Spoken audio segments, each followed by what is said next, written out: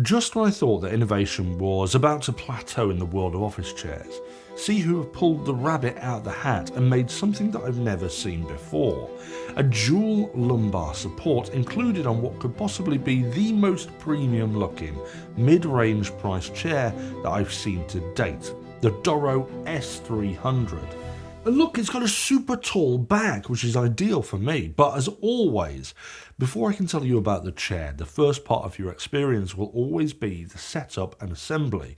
And as far as it goes, it was pretty straightforward, although slightly oddly, they've chosen to make the star base as modular rather than a solid unit like in almost every other chair that I've tested. This meant an extra 10 bolts to attach the 5 legs, which in the grand scheme of things doesn't really matter, but it adds on quite a bit of time before you can finally sit your bottom down on the chair. I personally can't see much benefit to this modular design, other than perhaps it means that shipping is slightly easier. But other than that slight snag, the chair is largely pre-assembled for you, and I'm glad for that matter because this features some of the most unusual looking controls that go against the norm. Controls that might have been a little bit daunting to put together if I had to do it myself.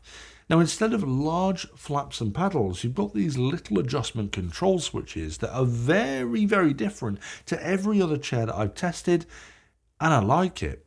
It makes the chair a lot sleeker, but it also has the benefit of making your height and tilt adjustments a little bit more solid. I don't know if it's just me with my large man feet, but sometimes when putting my feet underneath chairs after leaning forward, I'll knock the adjuster and lower the seat, which then lowers it onto my legs, which are underneath the chair, essentially trapping me until I eventually die of thirst and waste away to bones.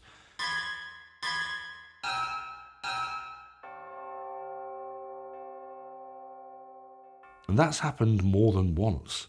Please make me feel better and tell me if you know what I'm talking about in the comments. I can't be the only one this has happened to, surely. But either way, because of how the controls are on the Sihoo, there's zero chance of accidentally adjusting the height when sitting with my feet under the chair. Now, talking about adjustability, there's tons of it. The front switch on the panel controls the height adjustment, which gives a very, very good amount of range. And then there's a back switch which controls the depth of the seat base so that you can slide it forwards if you're quite tall like me, or slide it back if you're shorter. And in the middle of the panel, you've got a dial which changes the amount of recline that the chair has. There's 3 settings, which is upright, which is ideal for working, and then semi-recline, which is good for perhaps gaming, and then there's full recline, which is good for taking a nap. Like a lot of high-end office chairs, you can change the weight of the recline with the twist lever on the side, which increases the resistance, making it easier for people of all weights to feel weightless when getting back up from the reclined position. What's interesting is that when reclining, it also moves the arms, but it keeps the base straight, something which I've never seen before.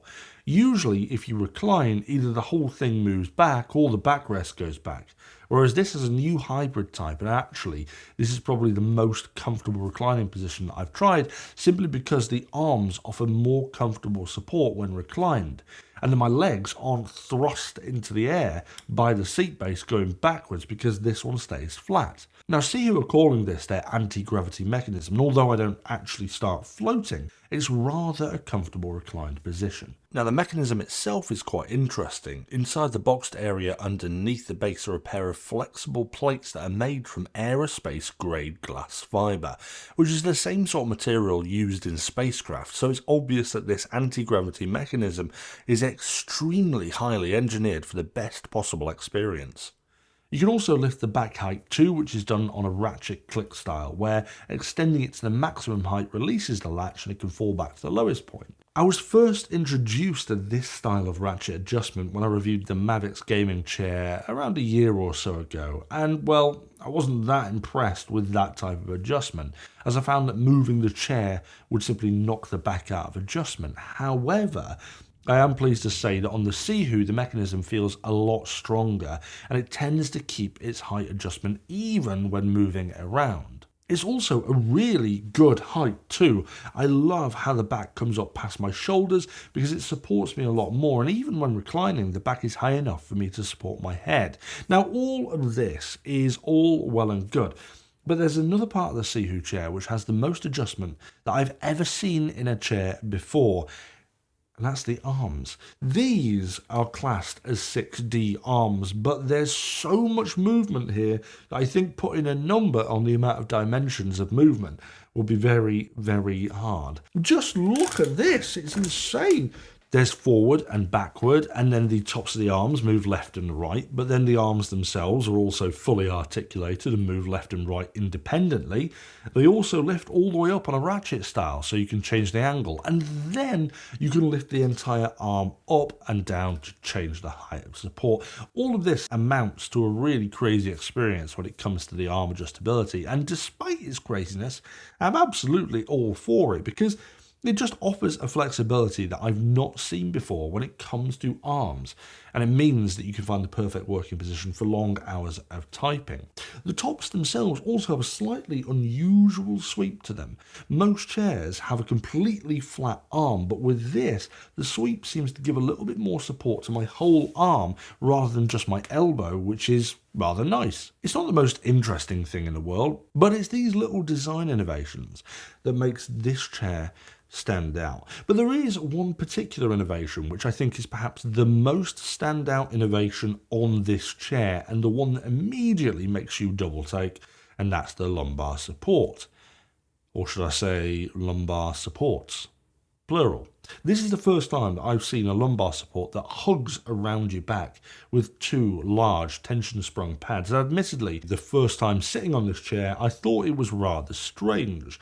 And that's because it feels unlike anything I've sat on before, but after spending some time sat in this, writing this episode, I started to realise the benefits of this type of support. Instead of putting pressure just on your spine, it spreads it much more evenly across your lumbar, and the flexible springs that are in it help it move into the right position to do this. So no matter who is sitting in this chair, these two lumbar panels will bend and fit you instantly. You can also change the angle and essentially the pressure of the support by using the locking switch on the right of the chair, which allows you to compress or release the pistons that hold the lumbar in place. Now, it's not that this type of lumbar is better per se, but I would say that it could provide a more tailored sitting experience, and that's quite important to ensure that people of all shapes and sizes can fit. And this isn't the only place where springs make an appearance on this chair. This has to be the first office chair that I've seen with suspension. If you take a peek under the seat base, you'll see 4 high tension springs that support your bottom for a luxurious seating experience. Quite unlike anything I've tried before. I mean, sitting on it, you can immediately tell there's something different. It is possible that this is slightly overkill. I mean, this has more suspension than my child's pram, for crying out loud.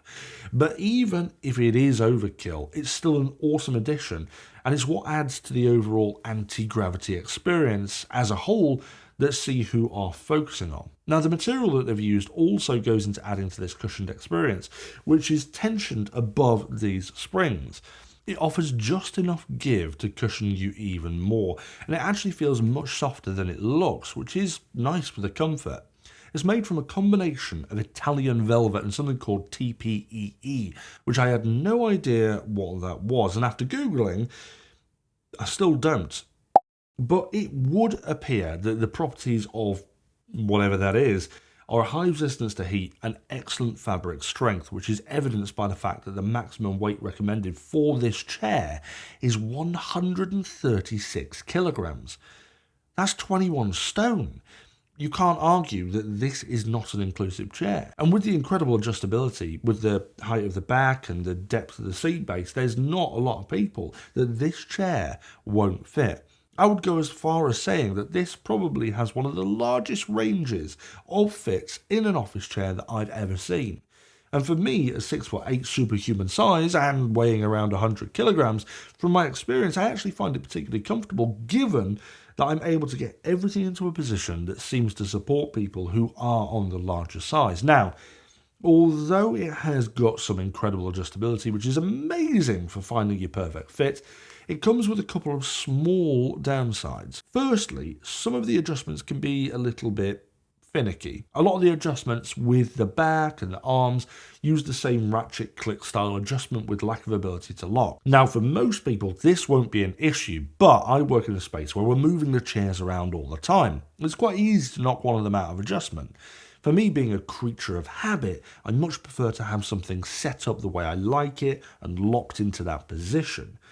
So I think for future versions of this chair, I'd love to see more option to lock the adjustments, or even just to tension them up a little bit so it's less easy to adjust once you've found that perfect position for everything on the chair. I think another thing that would have been really nice is more tension options for the springs as well. As it is, they're pretty good because the springs adapt to your body without putting too much pressure on certain parts. But I think this will depend largely on your weight. Perhaps heavier people will want slightly more resistance on the springs than lighter people. So being able to change that in places like the seat base and lumbar support would have been nice. And I guess the very last thing on my wish list would be vertical lumbar adjustment. With this new lumbar support, it's really quite interesting, and it feels totally different, as I've said, to anything that I've tested before. However, you can't move it up or down. Obviously, if you've got the movement that goes in and out, which is great and does change the height a little bit, but it would have been good to have had the lumbar support on a track, very much like the upper back section, so that there's more adaptability for people who are really tall, like myself. But I'm being very, very, very picky here, to be honest, because the adjustability in general is rather excellent. And let's face it, its unique design and feature set, it's hard to argue that this doesn't stand out from the saturated sea of office chairs that you can find on the internet. Now, I know I mentioned earlier that the lumbar support makes you double take, and I think the whole chair has that same effect. The moment you walk into a room, you immediately notice it, and I think that's because it really stands out as being quite different from many other options out there. With its chrome accents and sophisticated, almost alien design, it looks like it should be a lot more expensive than it actually is. And at the time of this review, it's currently available to pre-order. I've been lucky enough to get an early prototype of this chair to share my thoughts on it with you guys and give my feedback to Sihoo, but its pre-order price is €799, but by pre-ordering you can get it down to €660. Now that is not cheap, obviously, but then innovations like the ones we've seen in this chair realistically never do come cheap. But I really think that it does look like it's worth a lot more than €660. But there's something rather interesting here because they are releasing two versions of this, one with the anti-gravity mechanism and one without. And the one without, the Doro S300, is actually only €359, which is about 318 quid. So if you wanted to try some of the innovations like the dual lumbar support, then you can do it at a fraction of the cost. But I'll be honest here, if you can splash out a little bit more, it's absolutely worth considering the more expensive option just for the other innovations that this chair has, because it's been rather enjoyable testing this one out, and I'm really looking forward to seeing what awesome stuff Sihoo come up with in future. It's certainly been a fantastic introduction to a brand that I didn't have my eyes on previously. I'd love to know what you guys think of the Sihoo Doro S300, and I'd also love to know if any of you have managed to trap yourselves in your chairs like I have before. Do let me know in the comments, but as always, I'll reply to everyone in the next hour or so, and if you enjoyed this episode, don't forget to hit that thumbs up, because it really helps. And lastly, if you want to see more chair content, we've reviewed loads of chairs over the years, so go and check out our chair review playlist. But other than that, I will see you guys back for another episode of STU'S Reviews soon. Lie back. Let's go for a little nap.